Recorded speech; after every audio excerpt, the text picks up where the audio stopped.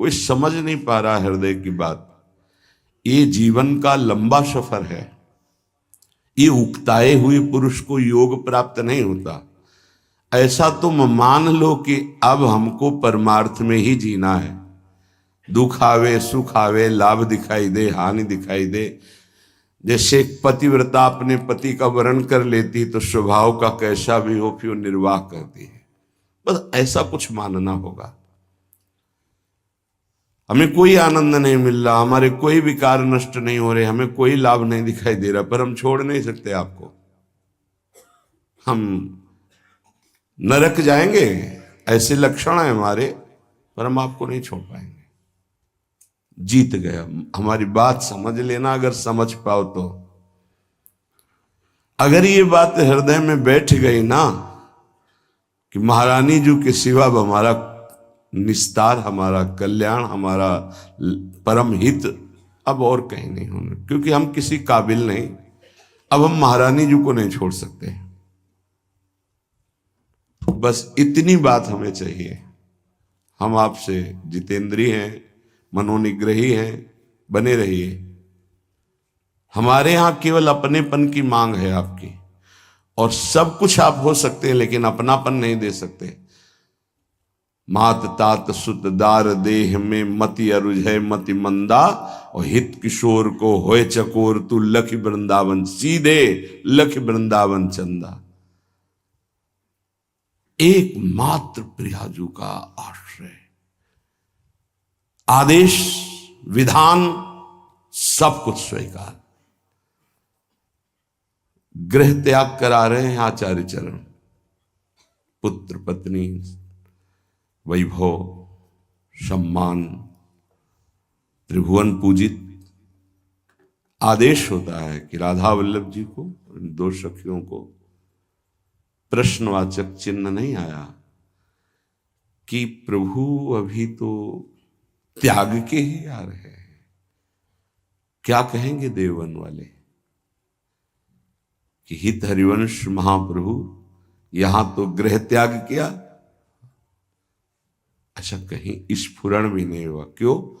जोई जोई प्यारो करे सोई मोहि भावे। आज उसी वंश से, उन्हीं आराध्य देव से लाखों का निकुंज में प्रवेश हुआ, हो रहा है, आगे होता रहेगा। नित्यानंद महाप्रभु बाल्यावस्था से लंगोटी वाले परम बैरागी दिगंबर अवधूत, कैसी कैसी स्थितियां महाप्रभु चैतन्य देव ने आदेश किया, आपको विवाह करना है और ऐसी संतान प्रकट होनी है जिससे लोक मंगल होगा।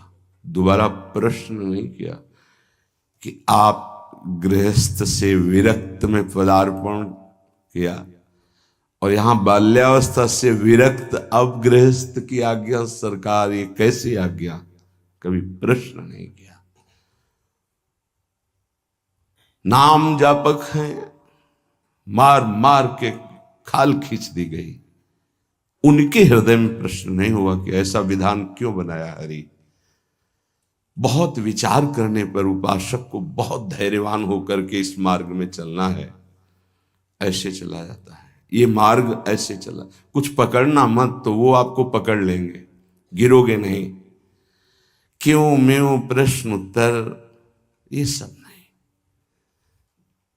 जिसका हृदय आराध्य देव के चरणों में समर्पित हो जाता है वही इसके रहस्य को जानता है। ये सब साधन एक प्रक्रिया है। अगर प्रभु से अपनापन नहीं हुआ तो कोई खास बात नहीं। साधन का कोई खास, साधन का सब साधन कर यह फल सुंदर, प्रभु पद पंकज प्रीति निरंतर। अभी कैसे विषयी पुरुषों को समझ में आएगी, बहुत सुलझने की जरूरत है, नहीं ये जीवन व्यर्थ चला जाएगा। दुर्वितर्क्यानुभाव युक्ता देवी निकुंज देवी श्री स्वामिनी जी बड़े बड़े तार्किकों के भी तर्क से पकड़ में आने वाली नहीं है। जैसे वेदांत दर्शन तर्क के द्वारा श्रद्धावान तर्क करे तो उसके द्वारा वो स्थापित होता है। कह रही यहां नहीं, या सीधे स्वीकृति करो, मेरी महारानी श्री राधा रानी, तो आपके हृदय में बल प्रकट होगा। जाके बल में सबसों तोरी, लोक रीति और वेद रीति दोनों से, जाके बल में सबसों तोरी लोक वेद और कुल कानी, लोक रीति, वेद रीति, कुल रीति, इन सब का त्याग करके रस रीति में प्रवेश पाया जाता है। तो किसके बल से? मेरी महारानी श्री राधा रानी, जाके बल में सबसों तोरी लोक वेद कुल कानी, मेरी महारानी श्री राधा रानी। ये तर्क का विषय नहीं, यहां स्वीकृति का विषय है।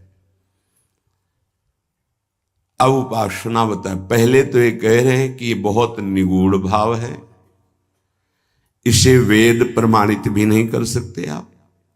श्रद्धा और विश्वास करके रसिकों की बात मान लो, यहां तर्क वितर्क की कोई गुंजाइश नहीं है। ये भाव देश है, ये तर्क देश नहीं है।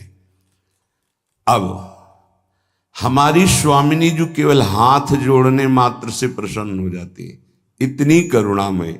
इसीलिए लालजू महाराज जब सेवा में प्रवेश होते हैं तो ऐसे प्रवेश होते हैं, करबद्ध, बहुत कृपालु हैं, दयालुता की, सरलता की मूर्ति हैं स्वामिनी जी। जो बड़े बड़े सिद्धांतों की रचना करके उपदेश करने वाले और उनके फल को देने वाले प्रभु हैं, ये उनके अधीन हैं। प्यारी जी की एक भ्रकुट के इशारे से घोर पापी को भी वो पद प्राप्त करा देंगे जो बड़ी बड़ी साधनाओं से नहीं मिलता है। विश्वास कीजिए, आपको लगेगा केवल बातें ही हैं कि प्रमाण भी है। तो नरवाहन जी कोई भी सदाचरण नहीं था। 84 कोष ब्रजमंडल का मूर्धन्य राजा जरा भी ब्रज 84 कोष में उनके खिलाफ या उनकी अधीनता न स्वीकार करने पर प्राणदंड मिलता था। सीधे प्राणदंड, कोई क्षमा याचना नहीं, ऐसा उनका स्वभाव और प्रभाव था। महाप्रभु हरिवंश चंद्र जो राधा वल्लभ लाल जो पालकी में विराजमान रसिक जनों के साथ गुण कीर्तन, नाम कीर्तन, जय जयकार होते हुए आए और लता भवन में विराजमान किया।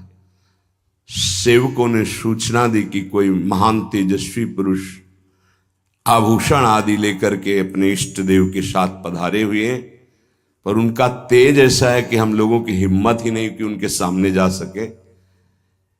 ये आपसे निवेदन करते हैं।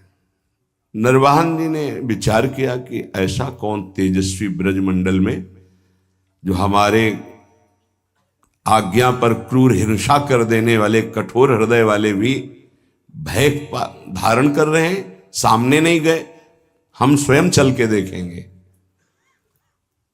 एक भागवतिक आभा होती है, एक भागवतिक बल होता है, वो जिस पर कृपा होनी होती उसी को अनुभव में आता है। जैसे अपने गुरुदेव भगवान के पास जब जाते हैं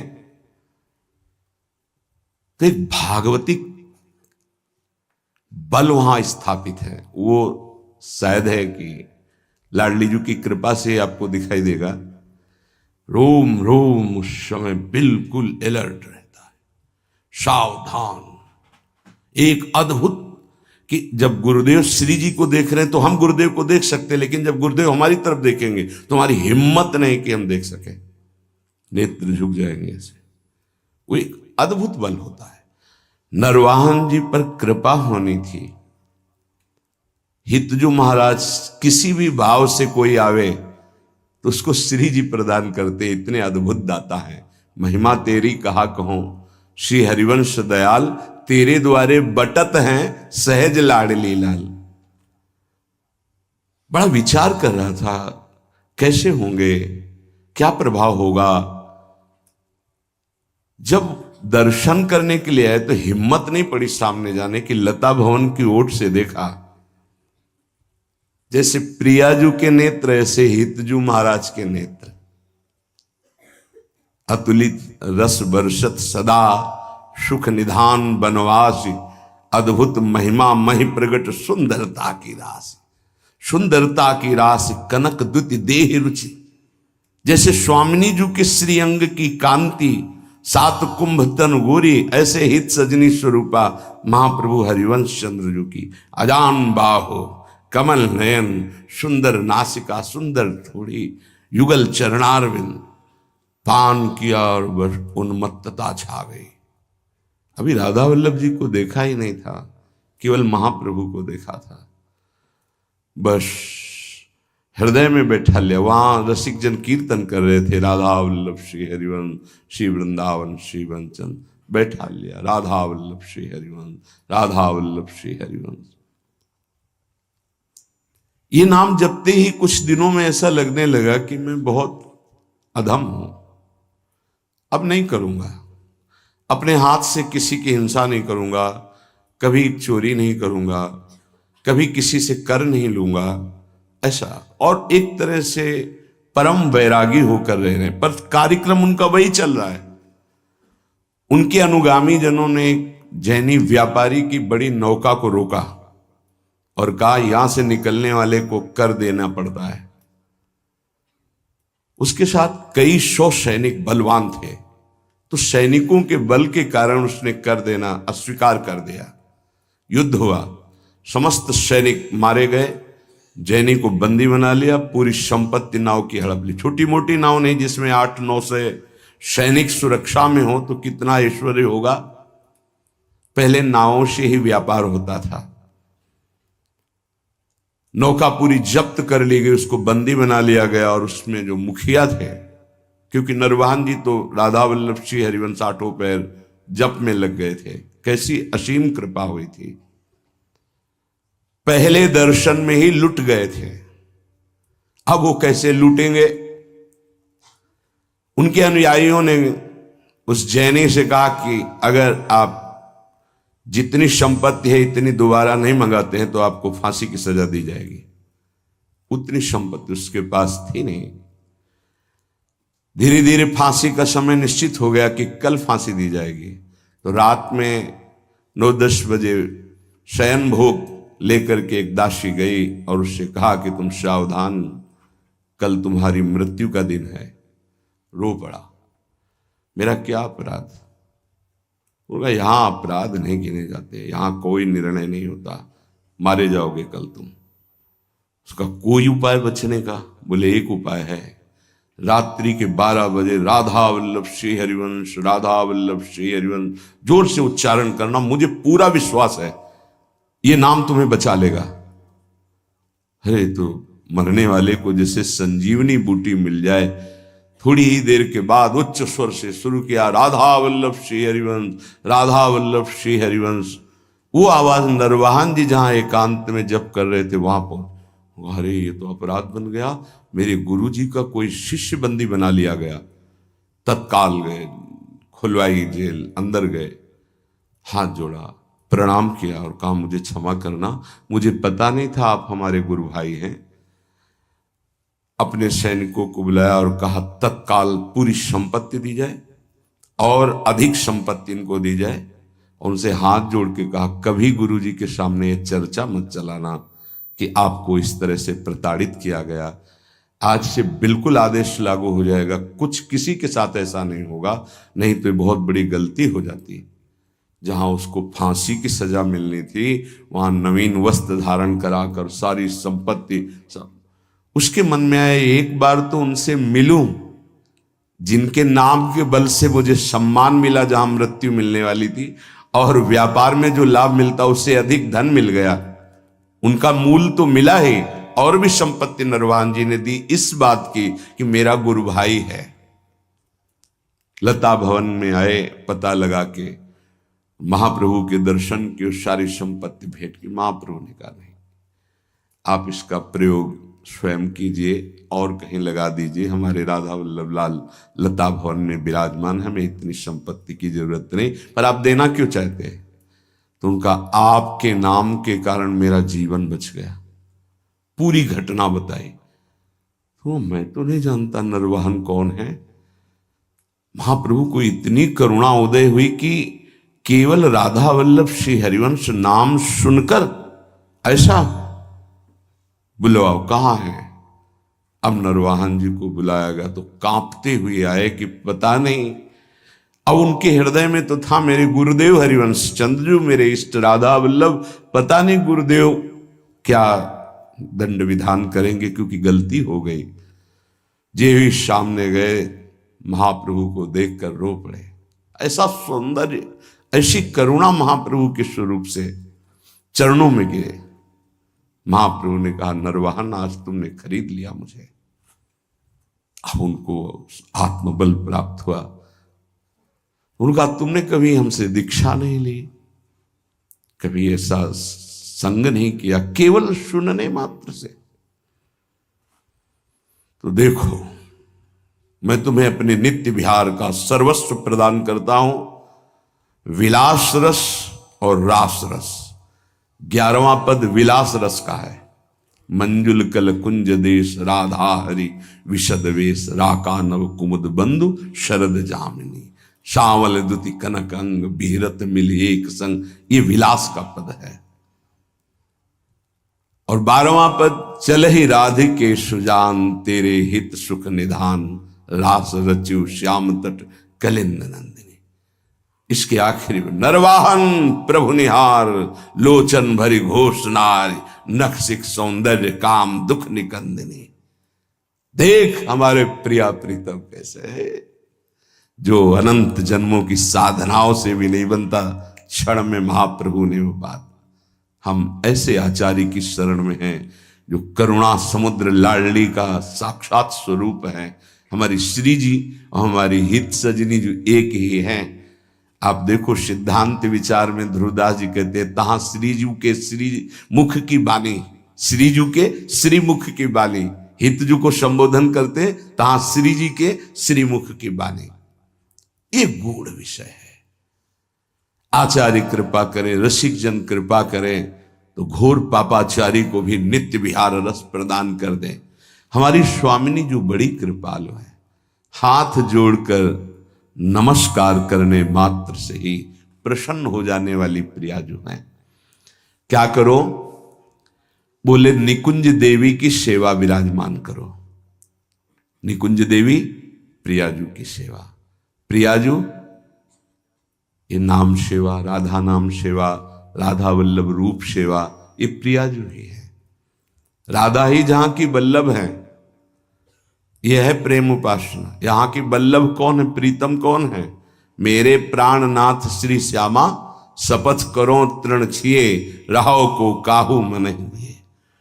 हमारी प्रियाजू को श्याम वर्ण बहुत पसंद है, प्रीतम के श्रीअंग कांति के कारण। तो श्रीपाद कह रहे हैं, यदि श्याम वर्ण का पुष्प और श्याम वर्ण की गंध का आलेप कस्तूरी, प्रियजू को बहुत प्रिय है श्याम वर्ण।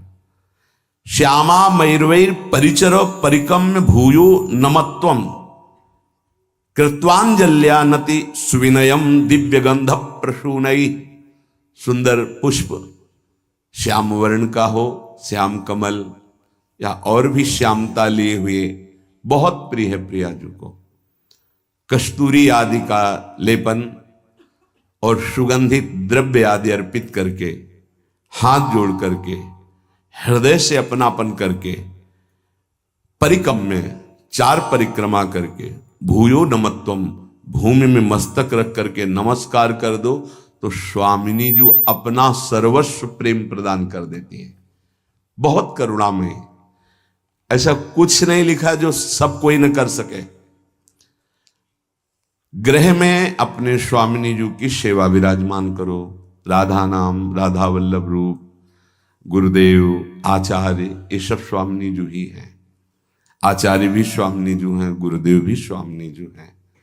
जैसे हित जो महाराज को सेवक जी कह रहे, मम स्वामिनी धनी, मेरी स्वामिनी, ऐसे ही आचार्य ही गुरुदेव हैं, तो गुरुदेव मम स्वामिनी, गुरुदेव मम स्वामिनी, आचार्य मम स्वामिनी, इष्ट मम स्वामिनी, कोई अंतर नहीं है। सेवा विराजमान करके हमारी लाडली जी को सबसे ज्यादा जो पसंद है वो अपनापन पसंद है। ये अंदर की बात है। मेरी लाडली, देखो अपने जैसे अधम के पास तो सेवा के लिए कुछ था ही नहीं, इत्र भी मांग करके गुरुदेव भगवान से लाते थे, वही इत्र भी देते थे। अपने पास तो केवल गुरुदेव ही थे, अपने पास केवल गुरुदेव ही थे, हैं, रहेंगे। जो है वो गुरुदेव का दिया हुआ है, अंतर और बाहर भी। इतनी मिश्री का भोग लगता था, जो वृंदावन के पुष्प वो समर्पित। और सबसे बड़ी बात कृपा की ये थी कि पर्दा लगा करके, और जब मिश्री इतनी रखते थे तब रुदन होता था, स्वामिनी जी आपके लिए कुछ नहीं है हमारे पास, बस हम जैसे हैं आपके हैं। कभी कभी रोटी मांग के जो सूखी मिली वो सामने से रज के पात्र में रख के जब दिखाते थे तो जो भोग लगता था हम तुम्हें कैसे बताएं, कि रोटी रख गई और घंटों ऐसे बैठे। भावोत्सवेन भजताम रस का, हमारी प्रियाजू को, अरे वैभव क्या, वैभव जिनका है वो तो उनके महावर लगाते हैं, और कौन सा वैभव प्रियाजू को पसंद आएगा। जिनका वैभव है वो तो महावर लगाने के लिए याचना करते हैं, उनको कौन सा वैभव। बस नमस्कार प्रियाजू को, मस्तक रखकर भूमि पर हाथ जोड़कर। और जो प्रियाजू को पसंद है श्याम, यदि आपके पास श्याम पुष्प नहीं है, श्याम मृगमद नहीं है, कस्तूरी, तो श्याम सुंदर का नाम और गुण तो है, सुनाओ उनको। गोविंद कथा, गोविंद नाम कीर्तन ये प्यारी जी को बहुत प्रिय है। जब आप सुनाओगे ना गोपाल सहस्त्र नाम, श्रीमद् भागवत के श्लोक जिनमें रूप माधुरी श्री कृष्ण चंद्र जी की, या जो महान ऋषिकों के, क्योंकि स्पष्ट समझ लीजिए, मेरे तन मन प्राण होते प्रीतम प्रिय, मुको तो भावती ठौर प्यारे के नैनन में, और खास बात नंद के लाल हरियो मन मोर। बस ये है हमारी श्री जी की पूजा, अगर समझ पाओ पकड़ पाओ, श्री जी की पूजा यही है। तो बोले श्याम वर्ण के पुष्प और कस्तूरी आदि अर्पित करके 4 परिक्रमा करके। अगर आपको कुटिया में ऐसा विधान नहीं है कि आप परिक्रमा कर सके तो आप यहां कर लीजिए 4 परिक्रमा, राधा वल्लभ जी की 4 परिक्रमा कर लीजिए, या अपने ठाकुर को ऐसा सिंहासन रखिए कि सेवा के बाद ऐसी जगह विराजमान कीजिए जहां पीछे से परिक्रमा कर सके। बड़ा महत्व है परिक्रमा का, पूजा की पूर्णता परिक्रमा से ही है। कह रहे हैं परिक्रम्य और फिर भूयो नमत्वम, 4 परिक्रमा करके भूमि पे मस्तक रख के, स्त्री शरीर है तो पंचांग, पुरुष शरीर है तो साष्टांग। ये बहुत पहले आदेश हो चुका था श्री जी की प्रेरणा से कि हर साधक 11, 21, 51, 108 जितनी शरीर में सामर्थ्य है दंडवत करेंगे। तो ये तो सखी भी कर सकते हैं, प्रगट जिनका स्त्री शरीर है, पंचांग किया फिर खड़े हो गए, मंत्र जपा फिर प्रणाम किया, पंचांग फिर खड़े हो गए, 5, 7, 11 ये तो कर ही सकते हैं ना। इससे निश्चित आप देखना बहुत आनंद का मार्ग है श्री जी की 4 परिक्रमा। अच्छा, सेवा सब आप नहीं कर रहे तो दर्शन कर रहे हैं ना, सब सम्मिलित है सेवा में। निकुंज में सेवा कैसे, एक सखी पत्रावली लगा रही तो शास्त्रों सखियां तन्मय हो रही हैं उसी पत्रावली में, तो सबकी पत्रावली की सेवा हो रही। एक पान की बीड़ी पवा रहे, सब तन्मय हो रही तो सबकी बीड़ी सेवा हो रही। ये आंतरिक विषय है, आगे जब मन पवित्र होकर सेवा में जाएगा तो आप देख लेंगे। उसमें थोड़ा होता है कि मैंने पत्रावली नहीं, कि तू हट मैं पत्रावली करूंगी, कल तूने की थी, ऐसा नहीं। सब सखियों में एक ही मन है। अगर एक प्रियाजू को चंवर कर रही है तो अनंतों सखियां चंवर कर रही। ये बात तब समझ में आएगी जब वहां प्रवेश होना। पर मान लो सुन के, ये सुनने को ही मिल रहा है, बड़ी दुर्लभ बात है। श्रीपाद आगे जो कह रहे हैं क्षिप्त दिव्यहार निष्क कौस्तुभादि चंद्रिकम गंधलिप्त वक्ष आत राधिकांग पल्लवम राधिका विचित्र वेशभूषणादि तत्परम राधयाभिलिंगनोद्गतांचि रोम विग्रहम।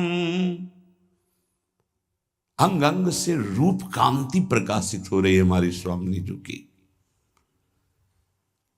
पार्श्व में विराजमान कौस्तुभ मणि धारण किए हुए श्री लालजू महाराज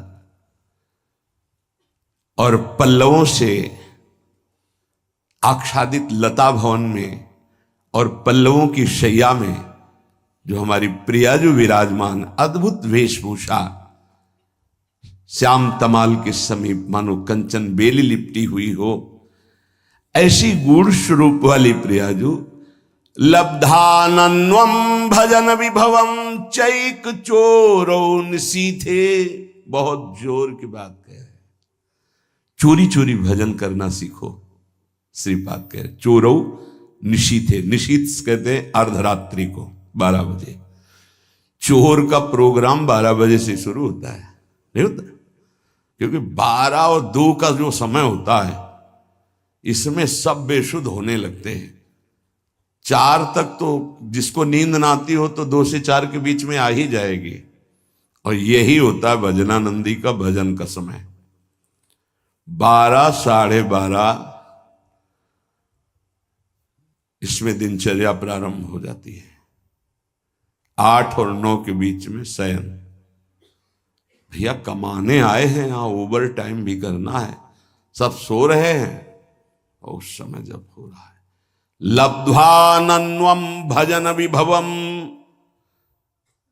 अपने गुरुदेव भगवान की दिनचर्या काफी समय तक जब वहीं रहे तब देख पाए।